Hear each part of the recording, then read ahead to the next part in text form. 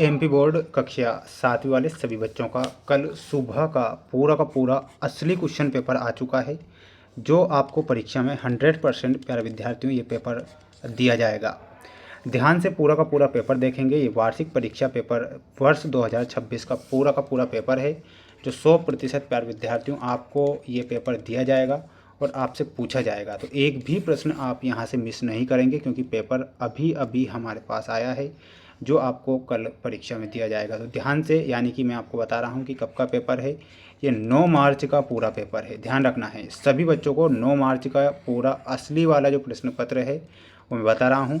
बिल्कुल ध्यान से इन प्रश्नों को देखें और अच्छे से याद करें प्यारे विद्यार्थियों। इसके बाद में 10 मार्च का पेपर भी आ चुका है, वह पेपर भी मैं बहुत जल्द बताऊंगा सभी बच्चों को। बिल्कुल बने रहे हैं हमारे साथ। पहला प्रश्न पूछा जाएगा। प्रत्येक प्रश्न के लिए 4 विकल्प दिए गए हैं। सही विकल्प चुनकर अपनी उत्तर पुस्तिका में लिखें। प्रत्येक प्रश्न के लिए 1 अंक निर्धारित है, यानी कि 1 अंक दिया जाएगा। यहाँ पर एक बात सुने मेरी ध्यान से, कि आपको परीक्षा में 2.5 घंटे का समय दिया जाएगा कल, और 60 नंबर का आपका ये पेपर होगा, यानी कि एक भी क्वेश्चन छोड़ना नहीं है, पूरा पेपर सॉल्व करके आना है। ध्यान से पेपर को देखें, अच्छे से याद करें। पहला ही प्रश्न परीक्षा में आएगा कल कि दामिनी यह गई दमक, यह पंक्ति किस कविता से ली गई है। तो ये जो पंक्ति है मेघ बजे, किस कविता से ली गई है, यहाँ पर आपको लिखना है मेघ बजे। फूले कदम कविता में कवि का मन किसे छूना चाहता है, तो वो छूना चाहता है कदम्ब को। तो यहाँ पर आप क्या लिखेंगे, कदम्ब ध्यान रखेंगे और अच्छे से याद करेंगे। चैनल पर जितने विद्यार्थी हमारे साथ नए जुड़े हुए हैं, तो सभी प्यारे विद्यार्थी चैनल को सब्सक्राइब जरूर कर लीजिएगा, क्योंकि पेपर अगर बता रहा हूँ तो 100% पेपर आ रहा है, छप रहा है। फूले कदम कविता में कवि का मन किसे छूना चाहता है, तो वो कदम को छूना चाहता है। पाठ के अनुसार गंगा किसकी निशानी है, तो भारत की प्राचीनता की निशानी है। तो यहाँ पर आपको क्या लिखना है, भारत की प्राचीनता। ये आप यहाँ पर सही और सटीक आंसर के रूप में लिख कर आएंगे। अगला प्रश्न परीक्षा में आएगा, दीपू से सभी क्या करते थे, तो दीपू से सभी ईर्ष्या करते थे। तो यहाँ पर आपको लिखना है ईर्ष्या। आज रविवार का दिन है, वाक्य में रेखांकित शब्द का समानार्थी शब्द कौन सा है, यानी कि समानार्थी शब्द है आज रविवार है, दिनकर, दिवाकर, दिवस या फिर दीन। इसमें आपका सही जो आंसर होगा वो दिवस सही आंसर होगा। तो इसमें आपको दिवस ध्यान रखना है, जो कि हमारा सही और सटीक आंसर हो जाएगा। बढ़ेंगे अगले क्वेश्चन की ओर, पूरा पेपर बताऊंगा। 26 क्वेश्चन आएंगे परीक्षा में, ध्यान रखना है, ठीक है। और 26 ही प्रश्नों का आंसर बता रहा हूँ, तो बिल्कुल छोड़ मत देना पेपर, है ना। पंख बना मेघ बजे, तो इसमें आपको क्या लिखना है, इसमें लिखना है हरिचंदन। पंख बना हरिचंदन, क्या बना, तो यहाँ पर आपको लिखना है हरिचंदन, आपको लिख कर आना है। भारत एक खोज द्वारा लिखी गई है, तो भारत एक खोज ये किसके द्वारा लिखी गई है, तो यहाँ पर आपको लिखना है जवाहरलाल नेहरू के द्वारा, ठीक है, जवाहरलाल नेहरू। अष्टांग योग का चौथा अंग क्या है, तो प्यारे विद्यार्थियों इसका चौथा अंग जो होगा वो होगा प्राणायाम। क्या होगा, तो यहाँ पर आपको ध्यान रखना है सभी छात्रों को, और वो हो जाएगा प्राणायाम, ठीक है, प्राणायाम लिख कर आना है। दया करने वाले व्यक्ति को क्या कहते हैं, तो दया करने वाला जो व्यक्ति होता है उसे दयालु बोला जाता है। क्या लिख कर आना है, दयालु।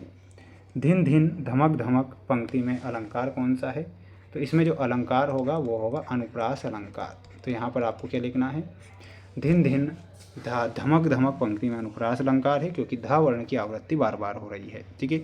इसका स्क्रीनशॉट ले लीजिएगा। पंख बना हरिचंदन मेघ बजे, भारत एक खोज पंडित जवाहरलाल नेहरू द्वारा लिखी गई पुस्तक है। अष्टांग योग का चौथा अंग प्राणायाम है।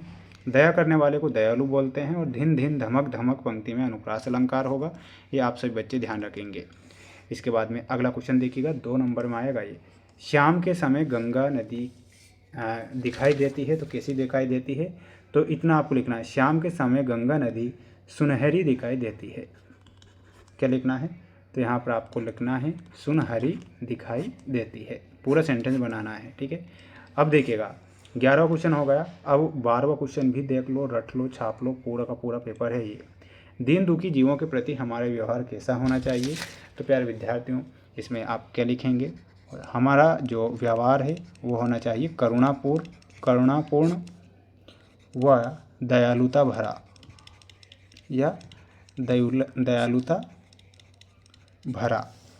दादी की घड़ी कहानी के अनुसार असली अलार्म कहाँ होता है?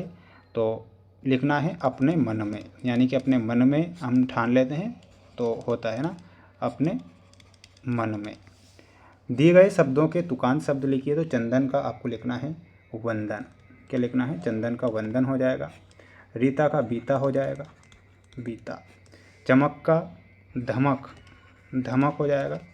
और बरस का क्या हो जाएगा? तरस हो जाएगा। ठीक है, तो ये आपको यहाँ पर लिखना है। गणगौर मध्य प्रदेश के किस क्षेत्र का लोक नृत्य है? तो प्यारे विद्यार्थियों, कौन सा क्षेत्र है इसमें आपको लिखना है? निमाड़ क्षेत्र। कौन सा क्षेत्र होगा? निमाड़ क्षेत्र होगा, तो निमाड़ क्षेत्र लिखेंगे। योग के अति सूक्ष्म साधन कौन कौन से हैं? तो इसमें आपको लिखना है यम और नियम। क्या लिखना है? यम और नियम आपको लिखना है। ये आप सभी बच्चे ध्यान रखेंगे। स्क्रीनशॉट ले लीजिए, रट लीजिए, छाप लीजिए, क्योंकि पूरा का पूरा पेपर आ गया है, असली पेपर आ गया है। अब तो सिर्फ और सिर्फ आपको याद ही करना है, बिल्कुल ध्यान से देखना है, रट लेना है। वहीं अगला क्वेश्चन देखिएगा प्यारे विद्यार्थियों, 17वां क्वेश्चन देखिएगा। नेहरू जी ने अपनी भस्म को गंगा में डालने की इच्छा क्यों व्यक्त की? मेघ बजे कविता में कवि किन किन बातों का उल्लेख करता है? सज्जनता की पहचान किससे होती है? मैत्री भाव जगत में मेरा सब जीवों से नित्य रहे, इस पंक्ति का भावार्थ लिखना है। पढ़ते समय दीपू को कौन कौन परेशान करता था? आप अपनी कक्षा के मॉनिटर होते तो क्या करते? अब देखो इनके आंसर मैं बता रहा हूँ, ये 3-3 नंबर में प्रश्न आएंगे, ध्यान से रट लेना है बस। देखिएगा आपकी स्क्रीन के सामने आंसर आ चुके हैं। मैंने 17वां आंसर के बारे में बताया था सभी छात्रों को। देखिएगा यहाँ पर 17वें का आंसर आप सभी बच्चों को लिखना है कि नेहरू जी ने अपनी भस्म को गंगा में डालने की इच्छा इसलिए व्यक्त की क्योंकि वह गंगा को भारत की प्राचीन सभ्यता का प्रतीक मानते थे और अपनी मृत्यु के बाद भी भारत की मिट्टी और संस्कृति की अभिन्न अंग बने रहना चाहते थे। तो ये आपको इतना यहाँ पर लिखना है। इसके बाद में क्वेश्चन हमारा 18वां क्वेश्चन क्या था? मेघ बजे कविता में कवि किन किन बातों का उल्लेख करता है? तो मेघ बजे कविता में कवि ने बादलों के गरजने, बिजली चमकने, वर्षा होने, प्रकृति में आने वाले बदलावों का उल्लेख किया है। ये आपको 18वें का आंसर लिखना है। 19वां आंसर देख लीजिए, सज्जनता की पहचान। सज्जनता की पहचान व्यक्ति के विनम्र और दयालु स्वभाव, अच्छे व्यवहार और दूसरों के प्रति सम्मान से होती है। तो इतना आपको लिखना है। सभी बच्चे इसका क्या करेंगे? स्क्रीनशॉट ले लेंगे जल्दी से जल्दी और रट कर चले जाएंगे, क्योंकि पूरा पेपर है ये। मैत्री भाव जगत में मेरा सब जीवों पर नित्य रहे, इसका भाव स्पष्ट करना था। इस पंक्ति का भावार्थ है कि कवि यह कामना करता है कि इस संसार में सभी प्राणियों के प्रति उसके मन में हमेशा दोस्ती और प्रेम की भावना बनी रहे। इतना आपको लिख कर आना है। ये 3 नंबर के क्वेश्चन रहेंगे। 21वां क्वेश्चन था हमारा, दीपू को कौन कौन परेशान करता था? तो इसमें लिखना है, पढ़ते समय दीपू को उसके छोटे भाई बहन और कभी कभी घर के अन्य लोग भी खेल कूद या शोर मचाकर परेशान करते थे। ये आपको इतना लिखना है। 22वां क्वेश्चन देख लो, रट लो, छाप लो। क्वेश्चन था कि कक्षा के मॉनिटर के कार्य। तो यदि मैं कक्षा का मॉनिटर होता तो मैं कक्षा में शांति बनाए रखने में शिक्षक की मदद करता, सहपाठियों की समस्याओं को सुनता और उन्हें हल करने का प्रयास करता तथा सभी छात्रों को पढ़ाई में ध्यान केंद्रित करने के लिए प्रेरित करता। ये आपको 22वें का आंसर लिखना है। ठीक है, इसके बाद में देखिएगा अगला क्वेश्चन बता देता हूँ आपकी स्क्रीन के सामने। ये 5 नंबर वाले क्वेश्चन हैं प्यारे विद्यार्थियों, छाप लीजिएगा। ठीक है, बिल्कुल छोड़ मत देना, क्योंकि ये पूरा का पूरा पेपर बताऊँगा। किसी एक महापुरुष के बारे में 10 वाक्य लिखना है। जवाहरलाल नेहरू, महात्मा गांधी या सुभाष चंद्र बोस। मेरी भावना कविता का मुख्य भाव अपने शब्दों में। दीपू की घड़ी कहानी के पात्रों के बारे में अपने शब्दों में। अपने प्रधान अध्यापक महोदय को 2 दिवस की अवकाश के लिए प्रार्थना पत्र। तो देखो इसके आंसर बताता हूँ। देखिएगा 23वां क्वेश्चन था, किसी एक महापुरुष के बारे में हमें 10 वाक्य लिखना था। तो महात्मा गांधी के बारे में सुनते हैं। महात्मा गांधी के बारे में 10 वाक्य। महात्मा गांधी का जन्म 2 अक्टूबर 1869 को पोरबंदर गुजरात में हुआ था। बाद में उन्हें राष्ट्रपति के रूप में सम्मान दिया जाता है। तो ये गलत होगा, क्योंकि राष्ट्रपति के रूप में नहीं दिया जाता, ये मत लिखना। गांधी जी सत्य और अहिंसा में दृढ़ विश्वास रखते थे। तो 1 पॉइंट आपको ये लिखना है, 2 पॉइंट हो गए। इसके बाद में तीसरा रहेगा, उन्हें अहिंसक प्रतिरोध का प्रयोग करते हुए ब्रिटिश शासन से भारत की स्वतंत्रता के लिए सफल अभियान का नेतृत्व किया। उन्हें 1914 में दक्षिण अफ्रीका में सर्वप्रथम महात्मा की उपाधि से सम्मानित किया गया। गांधी जी कहते थे सत्य ही ईश्वर है। उन्होंने भारतीय सिविल सेवा परीक्षा दी और योग्यता क्रम में 4थे स्थान पर रहे, लेकिन बाद में इस्तीफा दे दिया। स्क्रीनशॉट ले लो जल्दी से। इसके बाद में ये है अगला क्वेश्चन। भारत हर साल उनके जन्मदिन अर्थात 2 अक्टूबर को गांधी जयंती के रूप में मनाता है। भारत सरकार ने 30 जनवरी को शहीद दिवस घोषित किया, जिस दिन उनकी मृत्यु हुई। ठीक है, तो ये आपको 23वें का आंसर है। 24वें का आंसर देख लो। क्वेश्चन था हमारा कि मेरी भावना कविता का मुख्य भाव अपने शब्दों में लिखना था, तो अपने शब्दों में लिखना है। मेरी भावना कविता का मुख्य भाव जीवन में सकारात्मक, शांति और विश्व बंधुत्व की भावना अपनाना है। इतना आपको स्क्रीनशॉट लेने के बाद में ये भी आपको स्क्रीनशॉट ले लेना है। सभी पहले देख लीजिए। यह कविता व्यक्ति को सिखाती है कि उसे सभी जीवों के प्रति दया और प्रेम रखना चाहिए, किसी से घृणा या वैर नहीं करना चाहिए। इससे बताया गया है कि व्यक्ति को हमेशा दूसरों की भलाई के बारे में सोचना चाहिए और दुखियों के दुखों को दूर करने का प्रयास करना चाहिए। कवि यह भी कामना करता है कि उसके मन में कभी भी पाप या गलत विचार न आए, वह हमेशा सच्चाई के रास्ते पर चले। मुख्य संदेश है कि व्यक्ति को अपने जीवन को निस्वार्थ सेवा और आध्यात्मिक शांति के लिए समर्पित करना चाहिए। तो ये आपको किसका आंसर लिखना है? ये आपको लिखना है 24वें का आंसर। 25वें का आंसर देख लो, स्क्रीनशॉट ले लो जल्दी से 25वें का आंसर का। इसके बाद में ये आपका 26वां क्वेश्चन था, लास्ट क्वेश्चन था 5 नंबर में। अपने प्रधान अध्यापक महोदय को 2 दिवस के अवकाश के लिए हमें आवेदन पत्र लिखना था।